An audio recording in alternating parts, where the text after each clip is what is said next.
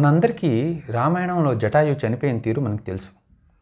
తను సీతమ్మని కాపాడబోతూ రావణాసురుడితో యుద్ధం చేసి ఆ యుద్ధంలో తన రెక్కలు రావణాసురుడు కత్తిరిచ్చేస్తే పైగా ఇంకా చాలా గాయాలు జరిగిన తర్వాత అతను పడిపోయి భూమి మీద అప్పుడు చనిపోతాడు.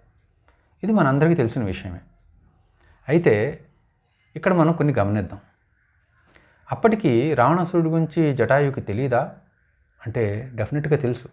ఎందుకంటే రావణాసురుడు అప్పటికే ముల్లోకాల్లోనూ ప్రసిద్ధిగాంచిన రాక్షసరాజు, చాలా బలవంతుడని ప్రతీతి. అప్పటికి జటాయువు వయోవృద్ధుడు, అంటే చాలా చాలా ముసలివాడు. అయినా కానీ తను రాక్షసరాజు అయిన, అంత బలవంతుడు అయిన రావణాసురుడిని ఎదిరించాడు. ఏ నమ్మకంతో ఎదిరించాడు అంటే రావణాసురుడిని కొట్టేసి సీతమ్మని కాపాడేద్దాం అనుకునే యుద్ధం చేశాడు తను రావణాసురుడితో మనం అనుకుందాం. లేకపోతే ఒక పండు ముసిలి పక్షి ఒక బలవంతుడైన రాక్షసుడితో ఎలా యుద్ధం చేయగలుగుతుంది? దాని వెనుక ఉన్న అసలు కారణం జటాయు నమ్మిన ధర్మం.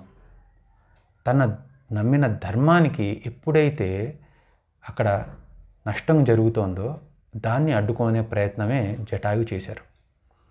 ఆ జటాయు ఆ ప్రయత్నం చేసి ఉండకపోతే మనం జటాయు గురించి అంత గొప్పగా చెప్పుకోవాల్సిన పని లేదు.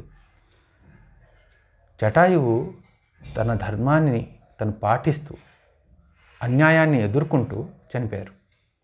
ఈ జటాయువు నుంచి మనం ఇవి తెలుసుకోవాలి.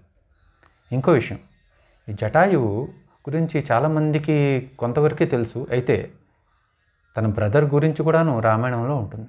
సంపాతి జటాయు వాళ్ళ బ్రదర్. అతని స్టోరీ కూడా చాలా ఇంట్రెస్టింగ్గా ఉంటుంది. మరొక ఎపిసోడ్లో సంపాతి గురించి మాట్లాడుకుందాం.